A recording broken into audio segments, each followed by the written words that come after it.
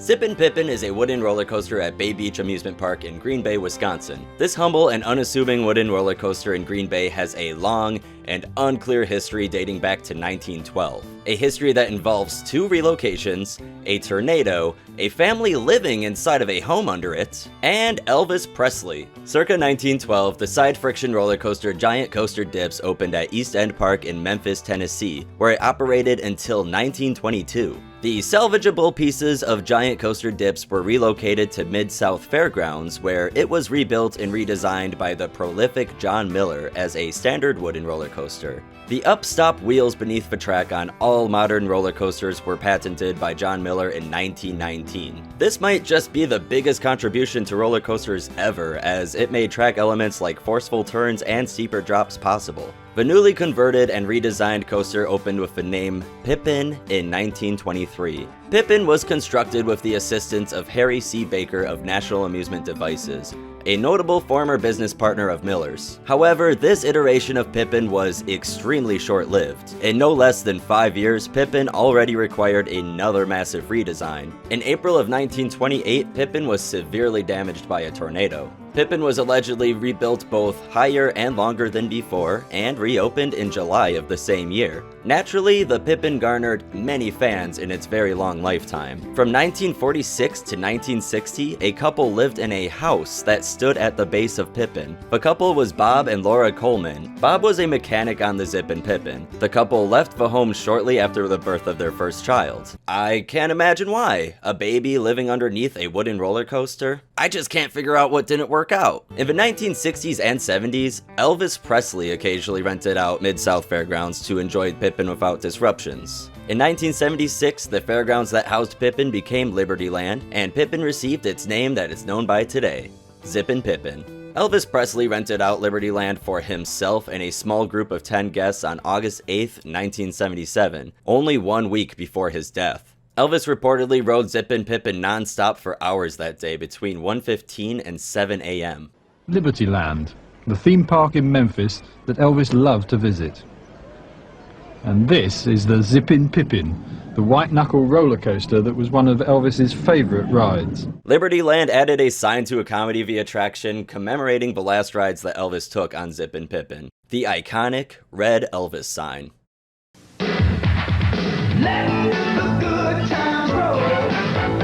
For just $5.95, you can stay all day when you come where the Mid-South loves to play. 2 new prices mean good times for you. See all the shows, ride the carousel too. Libertyland, Libertyland, wonderful, wonderful Libertyland. I can whip my weight in Bobcat, but ride that thing? Forget it. Come on, Daddy, come on, Let your senses soar. Good times roll at Libertyland. Libertyland permanently closed on October 29, 2005 over financial reasons. The city of Memphis wasn't quite sure what to do with the fairgrounds that homed Libertyland. Entertainment and shopping centers were among the highest points of interest. Really original there for an abandoned amusement park. But this put Zippin Pippin's future in a questionable position, leaving it abandoned. Indeed, Libertyland closed, citing financial struggles as the cause. This doesn't mean that the park didn't have a passionate local following. This park with its long history was beloved by so many, and so was Zippin Pippin. People have even gotten married on this roller coaster. 2 of them. 2 people. The Save Libertyland organization started petitions and staged benefit concerts with performances by the rock band Zippin Pippins. Even if they couldn't save the park, they wanted to at least save the classic rides. Our idea at Save Libertyland is to use existing structures and make it a solar roller coaster. Because this is an opportunity for the city to take something that's already existing, it's shovel-ready. Zippin Pippin was ultimately auctioned off for $2,500 in June 2006. The auction was won by Robert Reynolds and Stephen Schutz of the Honky Tonk Hall of Fame and Rock and Roll Roadshow. Reynolds and Schutz only wanted one of the train's cars, so they didn't really have a plan for the entire full-scale wooden roller coaster that they now owned. It was estimated to cost over $1 million to dismantle and reassemble the roller coaster to another site. Eep! That's different from $2,500. In October of 2006, Zippin Pippin was sold off to a tourism bureau for the newly planned Carolina Crossroads Amusement Park in North Carolina. Unfortunately, the plans to build this park never came to fruition. In April of 2007, the bureau donated the coaster to the Save Liberty Land organization.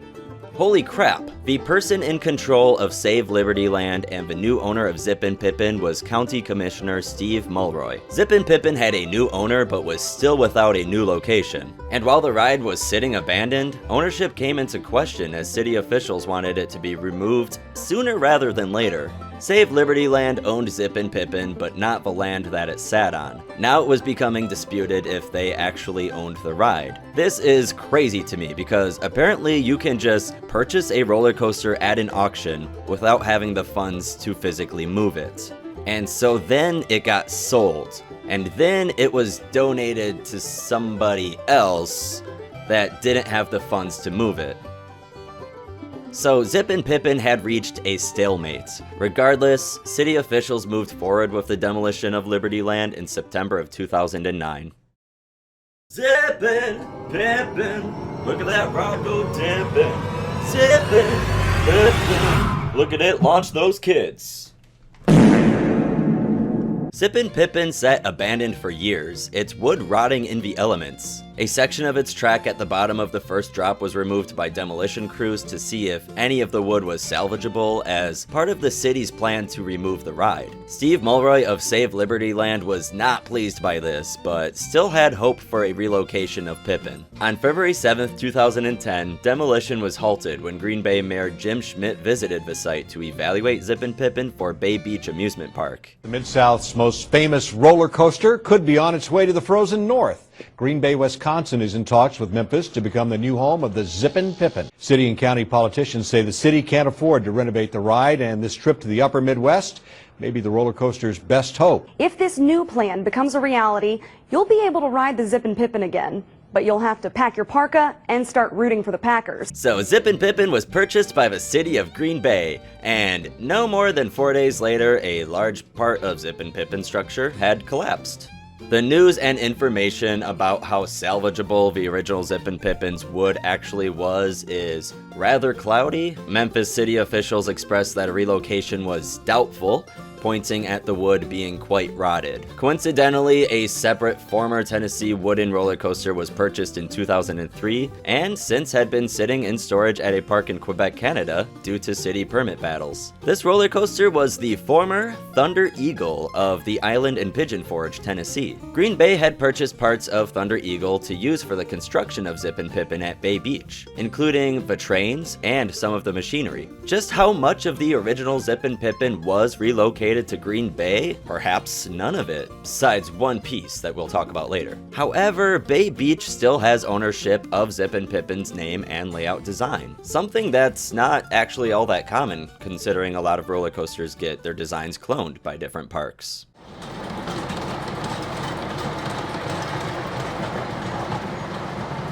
Point of no return. A replica of Zippin Pippin was designed by the Gravity Group and constructed at Bay Beach by coaster manufacturer Martin and Vlemix. I think that it is very much worth clearing up that this is a replica of Zippin Pippin, because there is a lot of misinformation on this. The ride's Wikipedia page claims that it's one of the oldest existing roller coasters in the United States. Wooden coasters have been replicated before, and this is basically an example of that. Wikipedia is commonly full of contradictions when I do deep dives like this. I wish it wasn't because it's so convenient to read and I really want my high school teachers to be wrong about it. The Gravity Group's official website calls it an inspired reproduction of classic 1920s John Miller design. Another thing Wikipedia states is that it doesn't know what year it opened. It is unknown. It's debated what year it opened. I think a lot of that, a lot of what comes into question is because of giant coaster dips, and then also the tornado.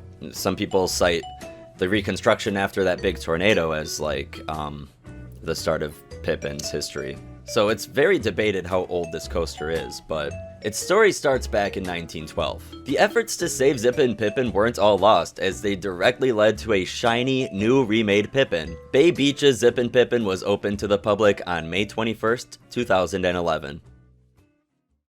From Memphis, Tennessee, the is what I like to see. This review is based on my personal experience with the ride on a warm, sunny day in July of 2023. As always, my experiences may differ from yours. Bay Beach Amusement Park is open to all of the public for free. Zippin Pippin, like all attractions at Bay Beach, uses a ticketing system. A ride ticket is 25 cents. A ride on Zippin Pippin is currently a total of 4 tickets, which would cost you $1. Without a park entrance fee or parking fee, a visit at Bay Beach Amusement Park feels like a steal in modern times. Zippin Pippin and Bay Beach in general feel like a callback to a bygone era. Fun attractions available to the public at an affordable cost. Something that we are sadly losing more and more as time passes. And nothing better suits a park operating in this fashion than a classic John Miller inspired roller coaster. Zippin Pippin is an average sized wooden roller coaster by today's standards. It climbs a height of 70 feet and extends a total track length of 2,347 feet. The first drop is 63 feet long and the trains reach a top speed of 42 miles per hour. The new Zippin Pippin was a hit with the public upon opening. The coaster had 452,000 riders in its opening year. It had continued success into 2013 when Zippin Pippin had its 1 millionth rider. I don't know if this type of success was anticipated, and the day that I visited, the park did fill up quite a bit throughout the day. Approaching Zippin Pippin, it's hard to ignore the beautiful signage at the entrance of the queue. The vibrant orange and blue logo has marquee lighting running all day. To the left of the entrance stands Elvis Presley's grave and tombstone. Just kidding. It's a monument listing all of the donors of the ride. To the right of the entrance stands the same red Elvis sign from Libertyland. So yeah, part of Zippin Pippin was relocated. The red Elvis sign. But 0 credits remaining. How was the layout of this roller coaster? I'm glad you asked. The train dips out of the station into a turnaround and into the chain lift. It's a rather quick climb to the top where you get to enjoy a turnaround providing a panoramic view of Lake Michigan off the coast of the peninsula. The 63-foot drop descends at an angle of 50 degrees. It's a pretty fair angle of descent, which starts slow if sitting towards the front of the train, but gains a lot of speed while approaching the bottom. If seating towards the back of the train, the first drop has a good moment of floater airtime. The train ascends back into another turnaround. Not very strong lateral forces or great speed here, but I love the shuffling motion that the PTC trains get on the ever so slightly banked turn. Dropping out of the second turnaround, Zippin Pippin wastes no bit of its track length by heading right into the out and back section of its layout. A good first Camelback airtime hill kicks things off with short lateral forces on the other side. The first Camelback hill is the tallest and bridges over the grand entrance sign, which just could not be better placed. This is then followed by 2 additional airtime hills, and I really enjoy the shaping of these 2 hills. The third in the sequence is the least curved and the most snappy. The train ascends into a third turnaround, this time carrying a bit more speed and providing moderate lateral forces.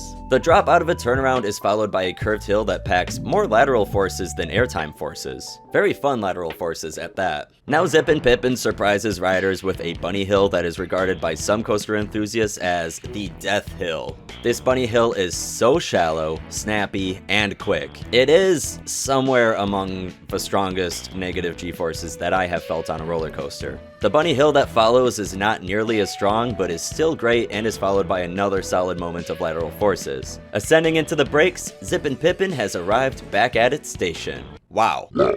So, to summarize Zippin Pippin. Zippin Pippin is a modern day classic that represents many things that I love about wooden roller coasters. Depending on the audience, it could be either the perfect roller coaster or a highly overrated roller coaster. Before trying Zippin Pippin for myself, I heard opinions on both sides of the aisle. Either this coaster had one of the strongest airtime moments ever, or it was just nothing special. Personally, I think that the Zippin Pippin hype is real. I love this ride, and the Death Hill is worthy of its reputation, but that's not to overstate it either. I didn't find this bunny hill to be like in a realm of its own. In fact, I found it very reminiscent of the bunny hills on 2 steel roller coasters that I have ridden. Magnum XL 200 at Cedar Points, and Phantom's Revenge at Kennywood.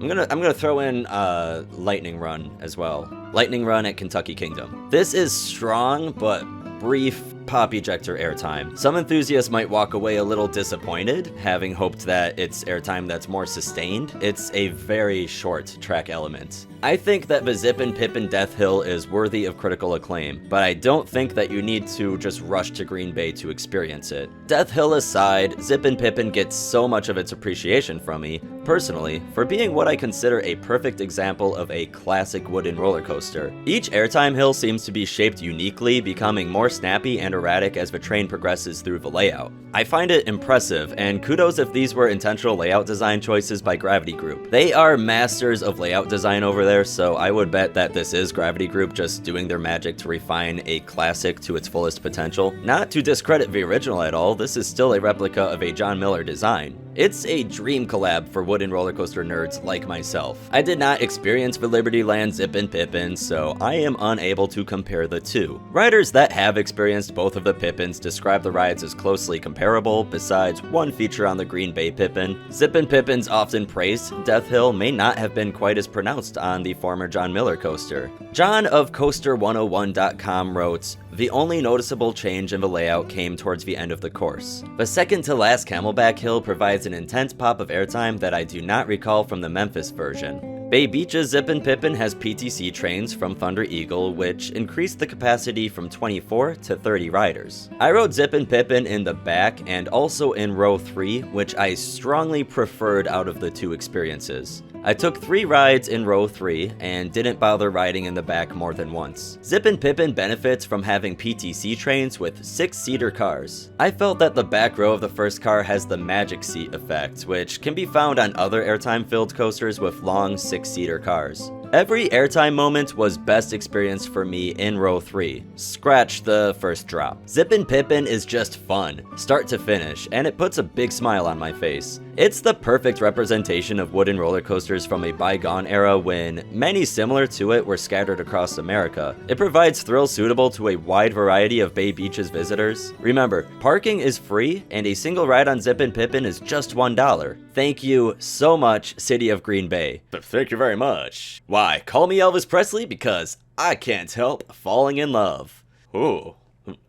I give Zippin Pippin a great, with a bonus rating of classic. If this sort of roller coaster is your cup of tea, it is nailed down to every detail here. I hope you enjoyed the video. Thank you so much for watching it all the way through. Leave a like and a comment if you feel so inclined to do so, because I would appreciate it a lot. This has been Zero Credits Remaining, reminding you all to love yourself and go ride a roller coaster. Right now. As soon as you're able to. If you're able to. Pretty fun. I don't write my outros, and this is what happens when I do write an outro. All I have to tell you is that it's 100 degrees, record humidity. I am sweating in my Zippin Pippin shirt. This is sweaty Thuzy hours here. I'm sorry about the sound of my voice in this video. I'm dying. I'm dying. I'm